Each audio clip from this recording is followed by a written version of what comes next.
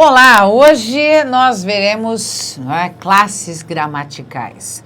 Vamos começar aí com o entendimento do que seriam classes gramaticais, né? Vamos começar por aí, observando que quando nós estudamos morfologia, não é?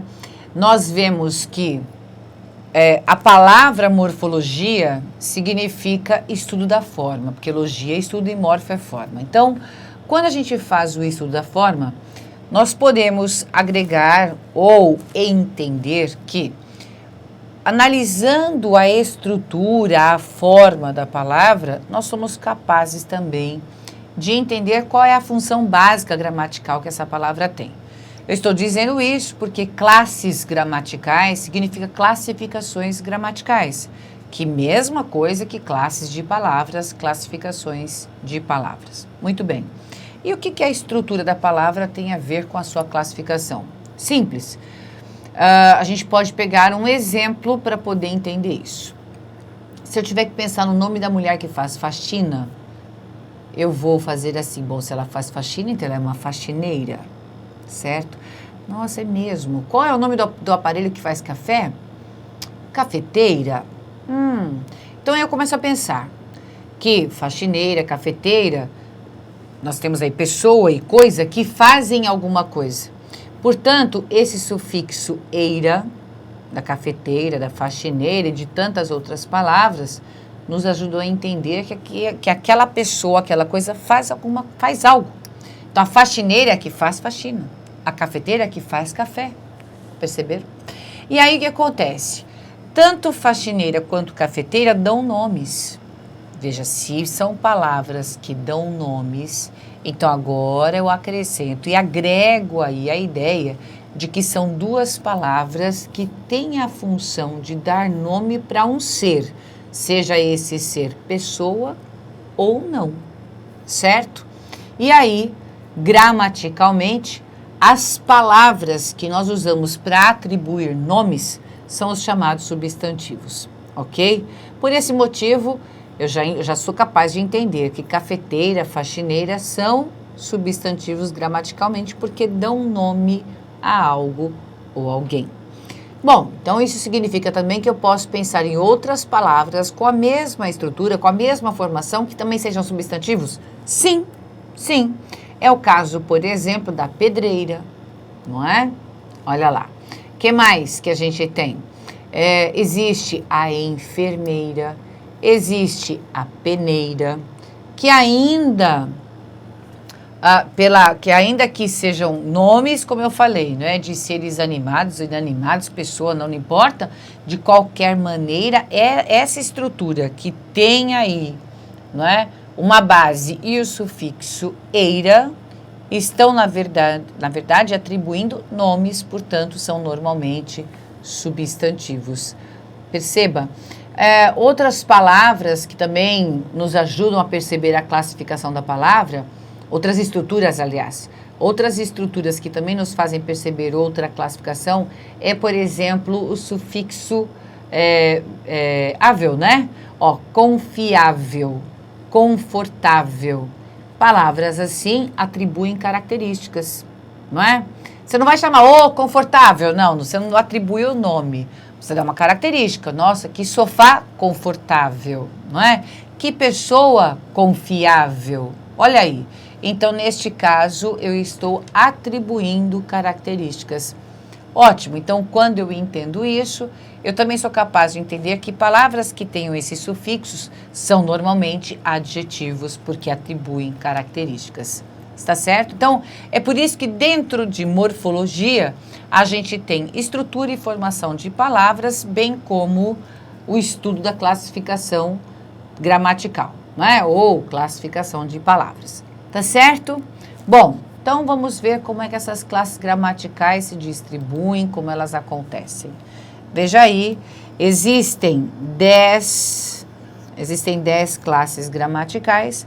Estas 10 classes vão se subdividir em dois grupos, o grupo das palavras variáveis e o grupo das palavras invariáveis. Palavras que são ditas variáveis, muita atenção aos nomes gramaticais dos elementos, porque muitas vezes as questões trazem essas palavras aqui e aí a pessoa não sabe responder a questão porque não se lembra, né, do que é aquela classificação. Então, observe que palavra variável é palavra que aceita, que tem flexão. Olha, essa palavrinha flexão aparece muito nas questões. Então, o que significa flexão? Significa flexionar uma palavra porque você mudou, porque você variou a palavra. Por exemplo, se existe lá a palavra menino, que é masculino, e você quer se referir a uma menina, uma pessoa do sexo feminino, então você muda o O pelo A. Tira a desinência O, põe a desinência A e promoveu a flexão de gênero da palavra menino, certo? Porque de palavra masculina ela passou a ser uma palavra feminina. Tudo bem? Então isso que é flexionar, mudar, alterar, variar a palavra. Bom, existe a flexão de gênero, a flexão de número, singular, plural, de grau, aumentativo, diminutivo, por exemplo.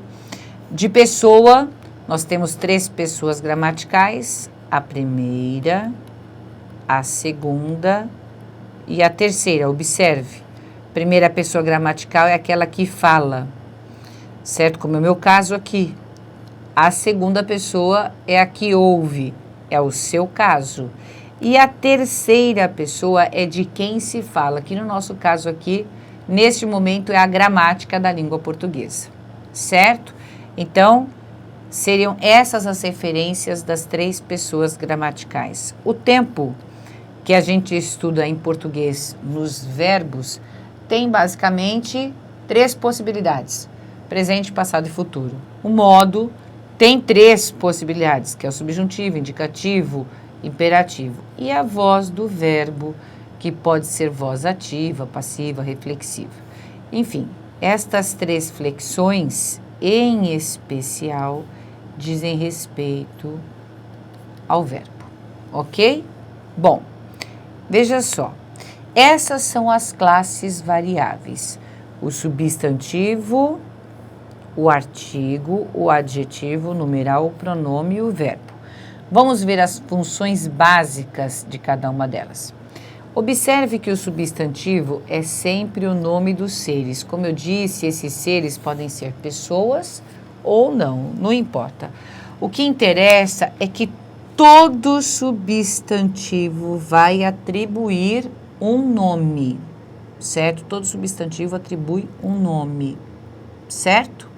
Bom, aí veja, nasceu o artigo. O que o artigo faz? O artigo nasceu para, vamos dizer assim, para indicar o substantivo. Então, o artigo indica substantivo. De que maneira que o artigo indica substantivo? E apenas substantivo, certo? Ele indica de forma a especificar esse ser ou não, certo? O artigo definido é aquele que especifica. O indefinido é aquele que nós podemos dizer que generaliza. Observe o seguinte, quando a gente diz o rapaz, se a gente usou o é porque nós estamos falando de um rapaz específico. Quando nós dizemos um rapaz veio aqui, que rapaz é esse? Ah, foi um. Eu não sei exatamente quem é ele, mas é um cara aí. Então, neste caso, nós estamos generalizando com o artigo dito indefinido. Como diz o nome, né? Um define e o outro indefine, certo? Observe que só existem 2 artigos, o e o e suas flexões. O o pode ser no feminino a ou os as. No feminino uma ou plural uns, umas. E somente esses são os artigos, ok? Muito bem. O adjetivo, por sua vez, ele nasceu com uma única função, o de ser um caracterizador do nome. Então, toda vez que numa frase você tiver um adjetivo cumprindo com a função de um adjetivo mesmo, o que ele fará? Ele apontará uma característica do substantivo, certo? Ele vai apontar. Pode ser uma característica permanente, como pode ser uma característica passageira, certo? Sim, porque eu posso falar, ela é linda. Observe que neste caso, linda é uma característica que nasceu com essa pessoa. Ela é linda, certo? Então, aí nós temos uma característica permanente. Agora, quando eu digo ela está linda, observe que nesta estrutura de oração de frase, ela está linda, essa característica linda, que é uma característica dela, é passageira. Certo? Olha só que diferença que pode causar um verbo tão pequenininho na sua fala, não é?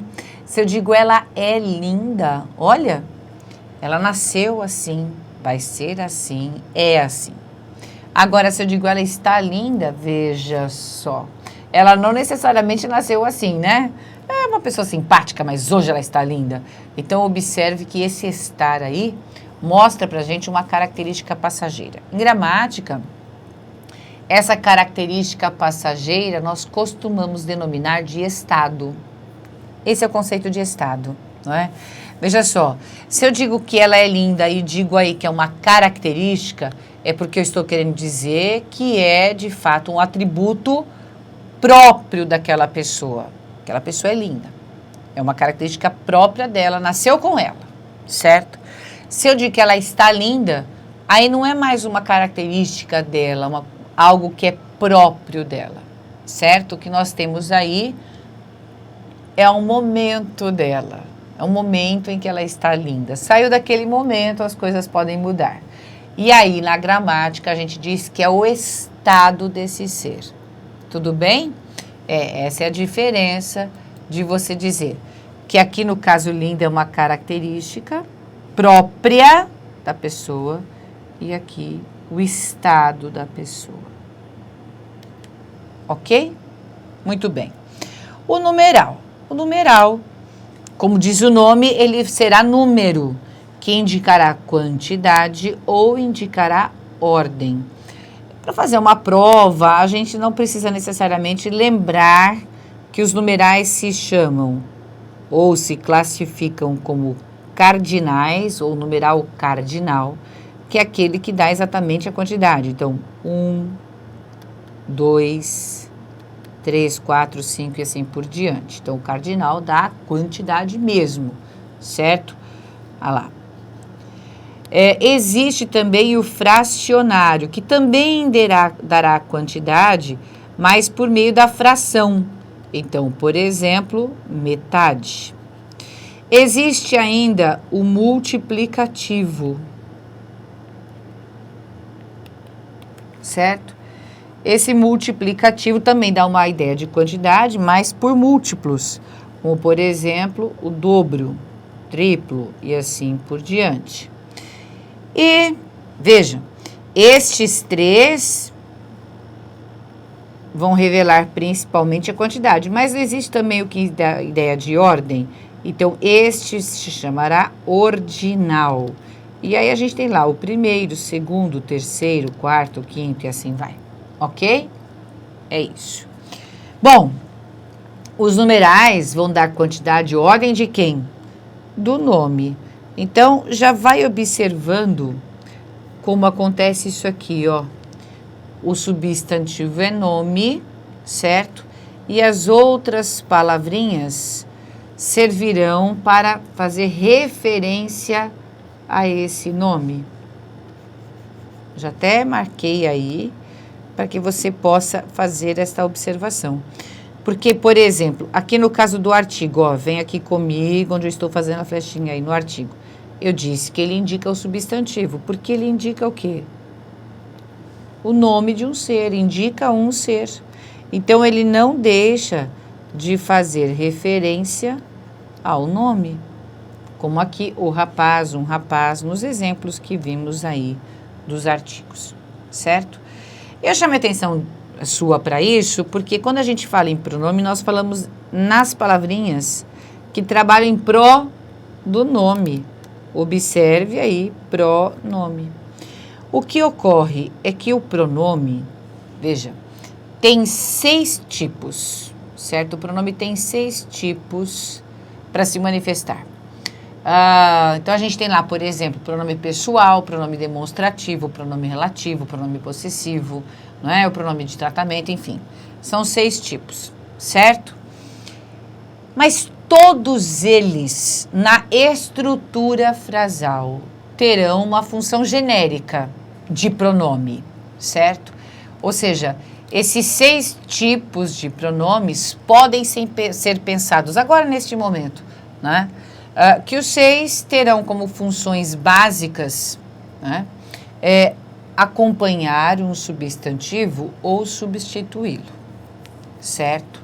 Então, de modo geral, os pronomes acompanharão, né, eles acompanharão ou substituirão esse substantivo, né?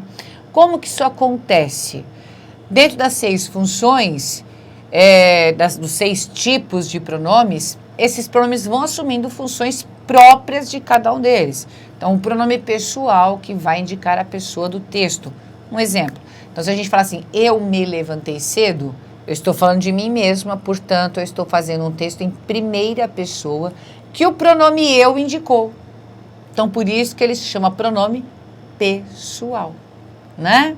Se eu digo esta caneta, eu estou usando esta agora como um pronome demonstrativo. Então, dentro da função específica do demonstrativo esta, eu estou indicando que a caneta está na minha mão. Por isso eu digo esta caneta. E assim vai.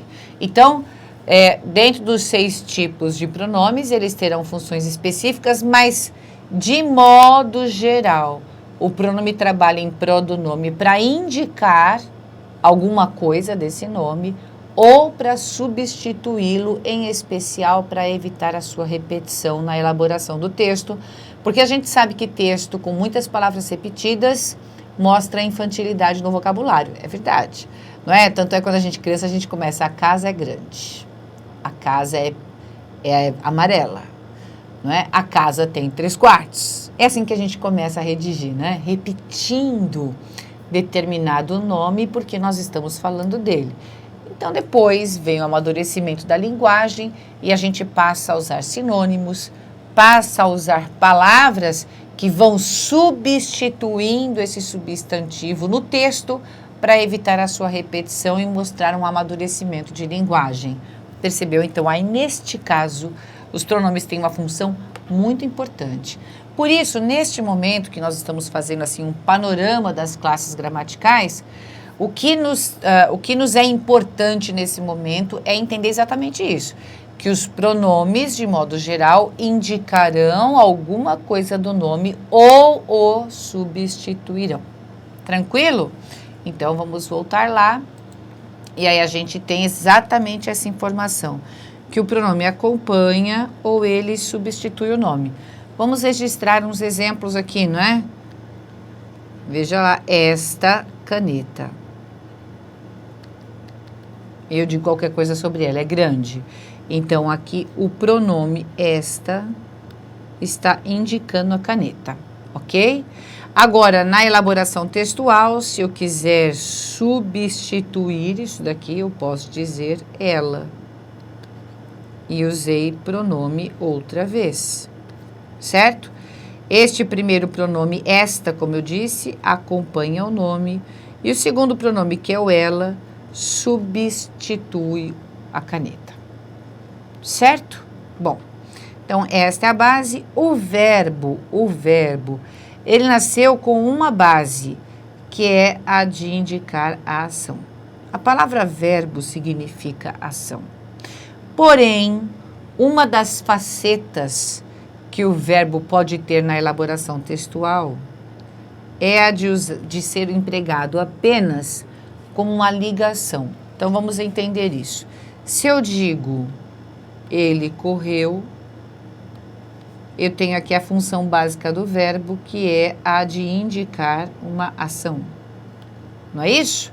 Muito bem. Agora, se eu digo ele está feliz, olha o que acontece aqui. Ele está feliz. É que esse feliz aqui é um estado dele, certo? Feliz é um estado desta pessoa aqui, não é? E este verbo serviu como ligação entre uma característica e um nome. Aliás, todo verbo de ligação fará isso. O verbo que servir de ligação, não é, receberá essa classificação justamente porque ele ligou uma característica a um nome. É sempre isso, Luciane? Sempre isso, sempre isso. Tudo bem? Pronto, então com isso nós tivemos aí um panorama das classes gramaticais variáveis. E eu espero que você tenha percebido que quando a gente falou substantivo e logo em seguida vem lá artigo, adjetivo, numeral e pronome, não é? Que você tenha percebido que essas classes variáveis, elas giram em torno do substantivo, né? Por isso que eu falei, ó, perceba que elas nasceram todas para se fazer referência ao nome. É isso, né? E o verbo é aquele que faz parte da estrutura da oração, não é? Porque a oração só existe quando existe verbo.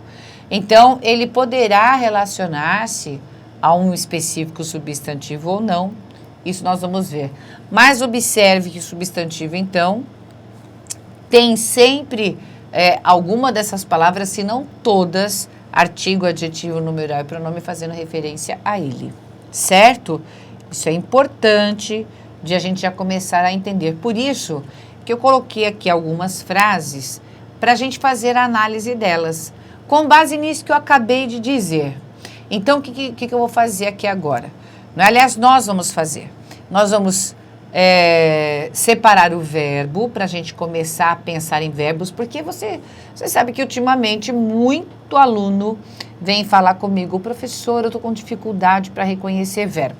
Então é assim, se você já sabe, ótimo, faça rapidamente, mas eu também tenho de explicar para aquele que tem essa dificuldade. Então a gente vai começar pensando assim.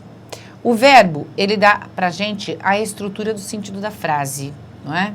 E lembre-se de que, de maneira prática, é aquela palavra que pode, no texto, né? Aliás, ela pode não, você pode pensar aquela palavra no texto, no presente, no passado e no futuro.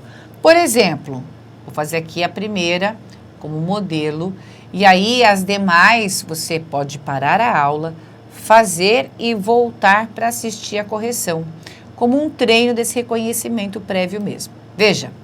Eu tenho lá na frase A, um belo dia nasceu. Eu estou falando sobre o nascer, que dá ideia de passado. Já vai observando isso que é super importante, né? Olha, nasceu, dá ideia de passado. Ah, então aqui essa palavra está sendo empregado como verbo. Nasceu.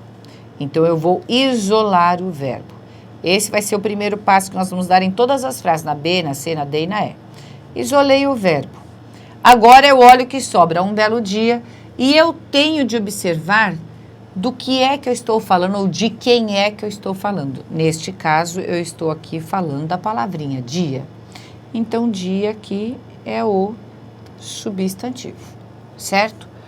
Um e belo estão aí fazendo referência ao dia que é substantivo. Então, neste caso, nós temos o artigo indicando esse substantivo, como nós temos o belo, que é uma característica, portanto, um adjetivo indicando o dia, não é?